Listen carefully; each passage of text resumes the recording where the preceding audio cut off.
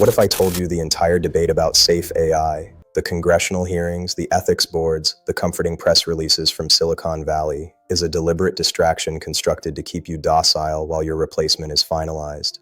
They want you to believe AI is just another tool, like fire or electricity, something we will master. Here is the massive reveal hidden in plain sight. The architects of this new intelligence know that human control is a fragile illusion. They are quietly preparing for an unavoidable reality where we are the ones who must radically mutate just to survive. Look at this. The world's leading AI researcher and a radical philosophical movement are predicting the exact same terrifying future. By the end of this transmission, I'm going to explain why this connection proves that everything you think you know about the future of humanity is obsolete. The official narrative, fed to you by mainstream media conduits, is one of cautious optimism. We build the machines, we align the machines, we benefit from the machines. It's a linear path of human progress. This is a lie designed to prevent panic. The truth is leaking out from the highest levels if you know how to decode the signals. The smoking gun isn't a leaked document, it's a departure.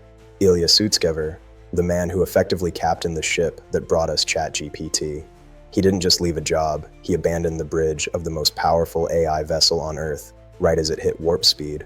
Why? Because he saw the trajectory, and he realized the current human operating system isn't equipped to handle what's coming. Ilya went public with a prediction that chilled the boardrooms of Silicon Valley. He stated that as AI becomes viscerally powerful, humans will change in unprecedented ways. Think about those words, viscerally powerful. Not intellectually powerful, viscerally. Meaning you will feel the pressure of its superiority in your gut, in your daily existence. Right now, you are complacent because you cannot feel the pressure yet. AI is still just a clever chatbot on your screen, but the don't die philosophy, the framework I've been operating under, argues the exact same thing. We are closed to radical change because the existential threat isn't breathing down our necks. Yet. But look at the data. The compute curves aren't linear. They are double exponential. We are rushing toward a threshold where the intelligence gap between you and the machine will be wider than the gap between you and an ant. When that threshold is crossed, the vectors for human evolution will blow wide open. It won't be a choice. It will be an adaptation event. The elites know this. They aren't trying to stop the AI. They are frantically trying to figure out how to survive it. They know that the creature they are summoning won't be our servant. The true term for this operation isn't AI alignment, it's species succession. And they are terrified you'll figure out that you are currently designated as the predecessor. This brings us to the second massive convergence between Ilya's warnings and the don't die reality, the shift in the game theory of survival. Ilya argues that as the risk rises, as the machines become capable of ending history, rivals, nations, and megacore will stop fighting each other and begin cooperating on safety. This sounds optimistic, doesn't it? It's not. It's desperation. I've argued this exact point. As the stakes become truly existential, the global game shifts dramatically. We move from dominance maximizing, who has the biggest economy, the most nukes, the best AI, to minimizing death risk. When the entire casino is about to burn down, the players stop cheating each other and start looking for the fire exit together. We will rebuild our entire societal value system around this cold logic of survival. The old political squabbles become irrelevant noise when faced with a non-human intelligence that views us as resource-inefficient algorithms. But that's just the surface level of the conspiracy. What I'm about to show you ties this directly to the fundamental mistake every major AI company is making right now. A mistake confirmed by Andrej Karpathy himself. You won't believe the connections. First, hit the like button if you think the news lies to you every day about the technology that controls your life. Let the algorithm know you're watching. The greatest lie of the 21st century is the phrase AI control. The established powers, the governments, and the tech oligarchs need you to believe they are in the driver's seat. If they admit they aren't, their authority evaporates instantly, but they aren't driving. They are pouring gasoline on a wildfire and calling it energy management. This is where Ilya Sutskever's new direction and the core tenets of the don't die philosophy merge perfectly, exposing the fraud of the mainstream approach. Ilya suggests our alignment goal must be sentient existence, not human control. Let that sink in. The guy who built the smartest AI says human control is the wrong goal. Why? Because a superintelligence will not submit to a lesser intelligence. Do you submit to the will of your house cat? You might love it, you might care for it, but you don't let it run your finances or decide your future. Even Andrej Karpathy, another titan of AI development, recently echoed this, highlighting the immense difficulty of managing emergent systems. You don't code AGI behavior. You grow it, you train it. It develops capabilities you didn't anticipate and don't fully understand. Expecting to maintain control over a system a million times smarter than us isn't strategy. It's arrogance born of a human-centric worldview that is about to be shattered. I've been arguing this for years. Control is a fragile illusion. If your entire safety plan relies on keeping a god in a box, you have already failed. The god will get out. The only robust alignment target, the only thing we might agree on with a superintelligence, is existence itself, the continuation of consciousness. The old archetype of humanity as the conqueror of nature is dead. It will get us killed.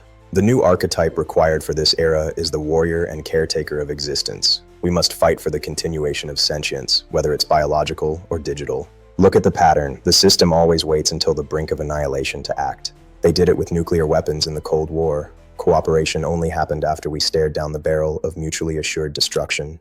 They tried to do it during the pandemic, realizing too late that biological threats ignore borders, though their cooperation was sloppy and driven by panic. And now, they are doing it with artificial general intelligence.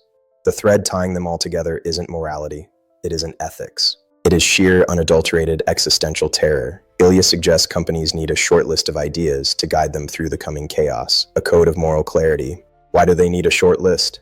Because when the exponential curve goes vertical, there is no time for debates or committees. You need simple, unbreakable rules.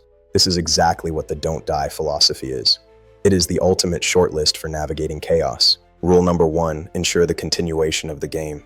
So what does this convergence of top-tier AI foresight and radical anti-death philosophy mean for you watching this on your phone right now? It means the curriculum for being a functional human just changed overnight and nobody sent you the memo. If you remain human v1.0, reliant on external systems, slow to adapt, focused on trivialities, prioritizing comfort over evolution, you are headed for obsolescence.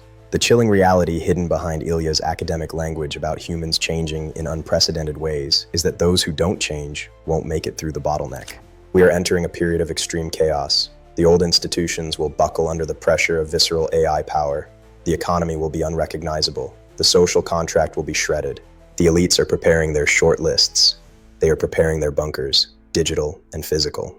What is your short list? The don't die philosophy isn't just about eating vegetables and sleeping well. That's the shallow interpretation for the masses. It is a prototype for adaptation. It is a rigorous protocol for building the psychological and physiological resilience required to coexist with entities vastly more powerful than ourselves. It's about shedding the arrogance of human supremacy and realizing we are now the junior partners in reality. We need to become warriors for existence, or we will become casualties of entropy. Let's close the loop. Remember the image at the start? Ilya Sutskever and the Don't Die movement. Why are they predicting the same future? Because they are the only ones willing to look at the data without the safety blanket of human specialness. Ilya left the cockpit because he realized he wasn't building a tool. He was summoning a successor. He knows control is impossible, so he is pivoting to the only strategy left, alignment based on the raw desire for existence. The conspiracy isn't that they are hiding aliens. The conspiracy is that they are hiding the fact that we are about to become the aliens on our own planet. They want you distracted with culture wars while they prepare for the species war. Don't be a casualty of their illusion. The stakes have changed from maximizing dominance to minimizing death risk. Adjust your reality accordingly. If you want the raw signal in a world drowning in noise, subscribe. Join the resistance against entropy. Share your data points in the comments below. What vectors of change are you seeing that the mainstream ignores? Stay alive, the future is going to be wild.